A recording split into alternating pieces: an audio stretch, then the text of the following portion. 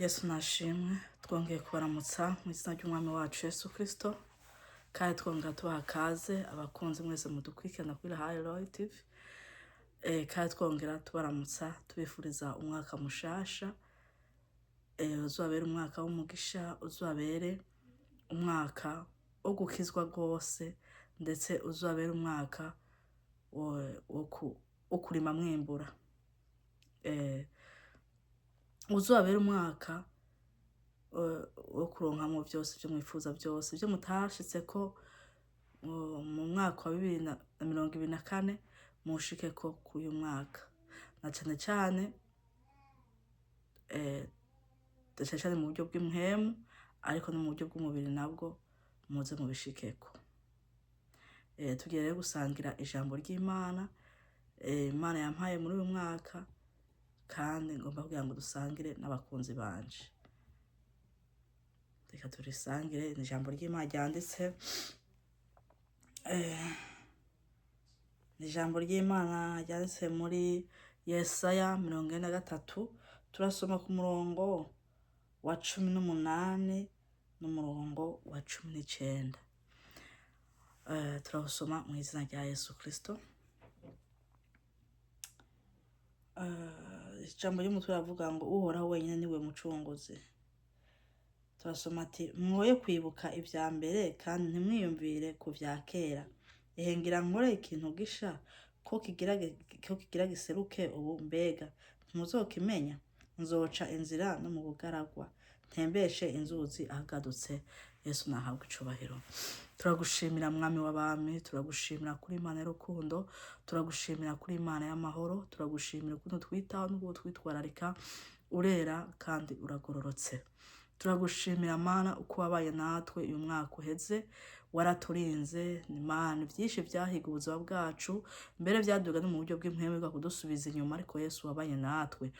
Mana turagushimira intambara nyinshi wagwaye mu buzima bwacu, turagushimira intambara nyinshi wagwaye mu miryango yacu, turagushimira intambara nyinshi wagwaye Mana mu bacu no mu byacu, turagushimira intambara nyinshi wagwaye muri bene data ariko baradukurikirana. Mana turagushimiye ko twese duhuriye mu mwaka wa 2025 tugihempwe z'abazima ndetse tukikunda ivyawe na cyane nico gikuru. Yesu turabigushimiye rero data buja turakweretse Mana abakozi bawe bagiye kumva na jambo ryawe, tukweretse abantu bagiye kumva na jambo ryawe Mana rigira ikimazi muri twe, ndetse dusabye mpwemu wawe yera ari waza kudusobanurira ko twebwe bwacu tuzi mwami Mana ntitwoshobora kwisobanurira kandi twoshobora kubitahura utarimwo. Turakwinginze data tutabare natwe kandi usozerane natwe na cyane data amaraso yawe Yesu Kristo atweza utunganye kugira ngo bikunde twemererwe nawe papa kumva ijambo ryawe ndetse rigira ikimazi muri twe. Uzobukoze data buja kandi kibirengeye kizima.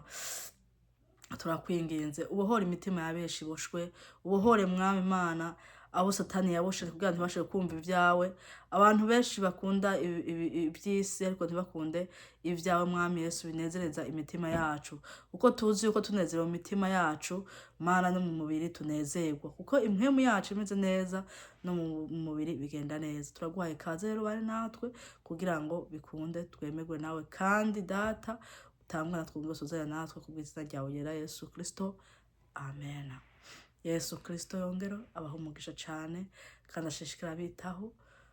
Turabashimiye abakunzi mwese mudukurikirana kandi twongera tubahamagarira gushishikara mudukurikirana ndetse mukora subscribe ndetse mukagira na like na mukasharinga no kubakunzi bandi kugira ngo bashobore nabo gufashwa. Muri kino gihe Imana ikigerageza kugira ngo itugabure mu buryo bwinshi kuko tuzi muri kino gihe hari byinshi twakira atari byo gufasha imitima yacu, ugasanga ni byo gucitsenya imitima yacu cyangwa ugasanga ni byinshi bigwa kuturimbura. Ariko rero turasaba yuko wumva hari kigufasha wagihereza ku bandi kugira ngo nabo bashobore gufashwa. Hari byinshi tugenda tuvuga ariko ugasanga harimo bashaka kutwa bitabaza atabitahura, ariko batabitahura mushaka kutwandika muri commentaire tugashobora gufashanya kuko turazi neza ko muri kino gihe Imana ifite uburyo bwinshi iri kwirakoresha abantu bayo biciye kugira ngo igende isobanurira abakozi bayo bagiye bazimizwa mu buryo butandukanye, bamwe bakazimizwa mu kutamenya, abandi ugasanga bisanze mu nzira zirimwo amahwa zimeze ukundi kuntu atari bwo babitumye kubwo kutamenya, kubwo kudatahura. Ivyo vyose bisaba yuko tugenda dufashanya, kuko Imana iriko iradutuma ko abakozi benshi kugira ngo dushobore gutahura igihe tugezemwo. Igihe tugezemwo n'igihe kigoye kandi kiriko kirasohora bene data, nuko dukwiye kuba maso, tugakanura amaso y'impwemu, ntidukanure amaso y'umubiri, kuko amaso y'umubiri yaduhenda. Kuko turabisha amaso y'umubiri hari byinshi tudashobora kumenya, ariko nudufungura amaso y'impwemu, tukarabisha amaso y'impwemu, zotuma tumenya byinshi biriko biragendagenda muri kino gihe, n'ibiriko biraba usanga kenshi bigenda bidusiga cyane ntidushe kubitahura. Rero reka dusangire ijambo ry'Imana. Imana yo mwijuru ibaho umugisha, ariko mushishikare mushitsa kubana ijambo ry'Imana. Hari benshi bene data baba badashobora kuba bafite uburyo bwo kugira ngo bashobore kuja ku ma YouTube, cyangwa naho ugasanga ntibashobora kuronka ukuntu, ariko wowe ufite ubwo buryo ushobora kubihereza abandi mu buryo bworoshe bwa nabo bashobore kubiraba, kuko turazi bene data harimwo abantu benshi ariko barayobera mu bintu byinshi bitagira ikimazi, byinshi biriko birayovya abantu kandi biciye mu ijambo ry'Imana, ngo benshi bariko barigishwa kandi ugasanga ko bazanira kurimbuka. Rero wewe mwene data nawe ukabona bigushikira, ukamenya ukuri, ukavyigomiza ko Imana izobiguha ko nawe wakoze amakosa. Rero dufashanye kugira ngo dushobore kubakora ab'Imana izoshobora kudushoboza. Imana yo mwijuru ibaho umugisha. Hano ijambo ry'Imana riratubwiye ngo ni kuri 18 avuga ngo ati mwoye kwibuka ivya mbere kandi ntimwiyumvire ku vya kera. Ngira nkore ikintu gisha ko kigira giseruke ubu, mbega ntimuzokimenya? Nzoca inzira no mu bugaragwa, ntembeshe inzuzi ahagadutse. Yesu Kristo atugirire neza. Hano yari umuhanuzi Yesaya. Imana yari kwiramutuma imutuma ku bwoko bw'Abisirayeli. Rero hano ndamubwira ngo mbega ngo ntitwibuke ngo ivya kera. Bene data hari igihe kenshi usanga umuntu aguma yibuka ivya kera, ariko muri kino gihe ntidukwiye kwibuka ivya kera. Hari byinshi twagiye ducamwo bibabaza imitima yacu, hari byinshi twagiye ducamwo bibabaza imibiri yacu, hari byinshi vyagiye biturusha mu buryo bwinshi butandukanye, ariko ntidukwiye kuguma tuvyibuka, ahubwo dukwiye gusingira ibiri imbere, ahubwo tugatera tuja imbere kugira ngo dushobore kubandanya dusingira ibiri imbere, kugira ngo dushishikare ahubwo dutera intambwe, kuko kenshi tugwe twibuka ivya kera bishobora bidusubiza inyuma, ariko uko tubivamwo tugafata icaniye mu mwaka uheze, ariko uyu munsi ushobora kugishikaho mu kwizera. Rero ntabwo dukwiye guma turaba ivya kera byaniranye, ahubwo turabe iyo turiko turaja. Ariko imbere ya byose ico numva natangurira kukubwira, ko benshi ndazi ko dukunda kubwirwa ibifatira ku mibiri yacu, ibifatira ku buzima bwacu busanzwe, ariko beda ndababwiza ukuri. Nukuri ndababwiza ukuri, kuko ndabihamya neza. Ushaka ubuzima bwiza busobanutse, ubuzima bwiza butagira agatotsi, ubuzima bwiza butagira umubabaro, butagira agahinda, ni ubuzima uronkeye muri Kristo Yesu. Kuko iyo urose ubuzima bwo muri Kristo Yesu, baho mu buzima wishimye, baho mu buzima udakomereka. Kuko mwene data nubwo wakwishimira umwana w'umuntu cyangwa ukishimira inshuti yawe, ariko umwana w'umuntu yamara umwana w'umuntu hagera igihe agahinduka. Ariko Imana yo ntigera ihinduka, kuko benda teka Imana ihinduka, turazi ibyaha twama dukora uko bukeye uko bwije, ariko ukagenda ugafukama mu gatondo, ku mugoroba ukabisubiramwo ugafukama, ariko Imana ikubwira ati ndarushaho wahereye ugenda. Ariko Imana yo iguma iteza ibiganza, iguma ikubwira ati ntuze mwana wanje, ntuze mwanje ndagukunda. Rero niyo mpamvu dukwiye gufata ubuzima bwacu tukabushira muri Kristo Yesu. N'ubu ndababwira ngo nubwo ijambo ry'Imana ritubwiye ngo nitwibuke ivya kera, ngo ahubwo ivya kera ngo tubireke, ahubwo dusingire ibiri imbere, ariko ngo ngiye gukora ikintu gisha, ngo mbe ngiye gukora ntigiye guseruka, ngo mbe ntimuzokibona. Ariko ndababwiza ukuri, kizobona abo kibonye, kizobona umuntu ariko aremera kugendana n'Imana. Ndababwiza ukuri, imana yo mu ijuru ije kugirira neza abagendanye nayo, abihanganiye ibigeragezo, abihanganiye gutukwa, abihanganiye gukubitwa, abihanganiye ibibazo byinshi agahinda kenshi, abo ni imana ije kugirira neza. Abagendeye mu nzira yayo, abo ni imana ije kugirira neza. Ariko abandi batahagaze mu nzira yayo, mwene data sinakuremesha, sinakubwira ngo uje kuronka ikindi gisha, ariko hari ikindi gisha uzoronka niyo utihana hari ibindi bisha uzoronka.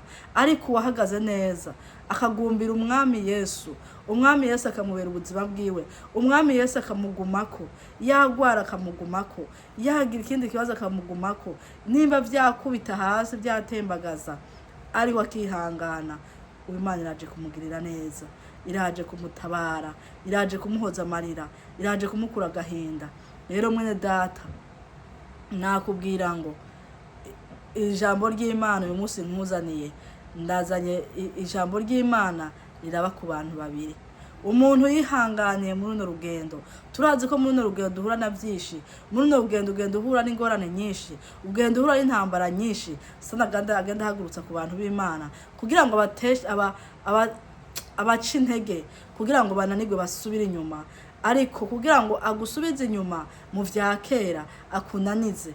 Ariko ndazi neza uwahagaze neza akagenda ahagara neza, agenda agwa ariko avyuka atabaza Imana ati ntabara, akabara n'Imana mu bibazo yagenda acamwo, mu ntambara nyinshi yagiye acamwo, ngo hari gisha Imana ije kumukorera, ngo kandi agiye kukibonesha amaso yiwe. Rero mwene data ndakubwira ngo wewe warize, wewe wihanganiye ibikubabaza, wewe wihanganiye ubugumba, wewe wihanganiye kubeshegwa, wewe wihanganiye kurenganywa, wewe wihanganiye umurimo w'Imana, ugasuzugurwa, ugatukwa, ugakubitwa, ndetse ugakorerwa amabwa menshi, ariko ukihangana, ukagumbira Yesu Kristo, ukavuga uti nubwo vyagenda gute sindamuvaho, ndariko ndamugumaho, ndamugumbira. Ndakubwiye ngo haleluya, sinahabwa icubahiro. Ndakubwiye ngo hari gisha Yesu aje kugukorera, Yesu nahabwa icubahiro. Hari gisha Yesu aje kuguhindurira, hari amateka mashasha Yesu aje kuguhindurira, hari izina rishasha Yesu aje kuguhindurira. Rero mwene data turazi neza hariho ibihe byinshi, hari imyaka myinshi igenda iza, bamwe bakagenda bavuga ngo iyi myaka izoba igoye, izoba ibabaje, hazo harimwo ibibazo byinshi, ariko Imana ifumbase mu kiganza ciwe ivyo bizoza, kandi Imana izobimurindiramwo, kandi azogendana nayo, kandi izomugirira neza. Mu bibi byinshi harimwo Imana igenda igirira neza, harimwo abantu Imana igenda iguhanirira, kandi ikabagiye kabasohoreza amasezerano. Mbega mwene data ibyo bizobirindiriye gute? Wowe uhagaze gute? Ubucugana mu mutima wiyumvire uti mbega ibyo byiza Imana igiye gushikana je mu bazovyakira ndimwo, mbega bimeze gute? Ahubwo nawe uzi yuko ari wagondamiye, ntusubire kuvyakera, ahubwo vuga uti aho nagiranirwa mu mwaka uheze, reka ndahakosore, mpinduke, mbe umuntu w'Imana mwiza, mve mu kubesha, mbe mu kunyaga abandi, mve mu kunaniza abandi. Hari abantu benshi bariko barananiza abantu b'Imana mu murimo w'Imana, hari abantu benshi bariko babuza abandi gutera imbere mu buryo bw'impwemu, hari abantu benshi bariko barananiza abandi mu buryo bw'umubiri, ugasanga benshi bariko barananiza kugira ngo ntibakore igikorwa c'Imana, canke bakananiza mu buzima bwabo, abo bose kandi bitwa ngo bari kumwe mu itorero. Bene data turazi ko muri kino gihe Satani yahagurukije abantu benshi, yahagurukije abakozi biwakoresha, yaba mukurana mu murimo barimwo, yaba musengana barimwo, yaba muririmbana barimwo, yaba muri bajya mwicarana haje imbere muvugana ubutumwa abakozi b'Imana, abapasiteri, abapotre n'abandi barimwo. Rero abo bose baje ngo arikwananiza umurimo w'Imana. Menya mwene data, ntabwo uri kuraniza umukozi w'Imana, menya imugwanirira hari, ariko ndazi neza ko Imana ije kubikosora, ikaza ikarobanura ikarobanura intama mu mpene, impene zikaja ukwazo, intama ukwazo. Rero ndakubwiza ukuri, muri kino gihe hari abantu benshi baza biyambitse uruhu rw'intama kandi ndanara amabingira. Muri iki gihe rero Imana iraje gusobanura ayo mabingira n'intama, iraje kwerekana abanyakuri n'abatari abanyakuri, kuko igihe kiriho kiragenda kandi igihe kiriho kiregereza. Rero mwene data, muri ibi byarimbye neza ngo Yesu ataraza ngo urupfu rwoza. tunganya ibyo mu rugo rwawe. Ibyo mu rugo rwawe si ibindi rero mu gutunganya umutima wawe. Umutima wawe udatunganye uwutunganye. Kuko icyo tuzi neza, muri iyi si turakeneye kuba mu buzima bwiza, turakeneye kuronka ibyo twifuza byose, kuko nabyo biradufasha muri runo rugendo. Kuko hariho igihe iyo dufite iby'uno mubiri, umuntu agafite ibyo kurya, umuntu akagira school fees y'abana, umuntu akagira nyine ibyankenerwa, nabwo hari icyo bifasha mu mubiri kandi bigafasha no mu buryo bw'impwemu. Kuko ikibazo cyo kuba wiganyira n'ibindi biragabanuka. Ariko nubwo biri uko, nubwo vyoshika nabyo ntibihari, hari igihe biza kugira ngo bishobore kwigisha, hari igihe biza kugira ngo bishobore gukuza. Nubwo mwene data menya ko naho wagira imeze gute, ariko ndazi yuko umugororotsi abeshwaho ni umugororotsi ngo nta zindi ndya ziwe nibigeragezo. Kuko muri icyo gihe, muri ibyo bigeragezo, Imana ibikeneye kubona ukuntu ukwiye guhagarara kandi ukuntu ukwiye kwihangana. Erega bene data turazi neza, iyo ibigeragezo bitari ntitwasenga. Hajya udamaraye umerewe neza, ibyo ukeneye byose ubifite, ntabwo wasenga. Rero ndakubwira yuko hari ibiza kugira ngo bitwibutse gusenga. Rero mwene data, rero Imana iradukebura, ntiturinde kurindira ko turinda gukeburwa, ariko kadufate dutumbere mu nzira umwami wacu Yesu Kristo atwifuzaho, kugira ngo bikunde duhagare mu kibanza Imana idushakamwo. Mwe data, Imana irashaka kuhagarara mu kibanza Imana igushakamwo.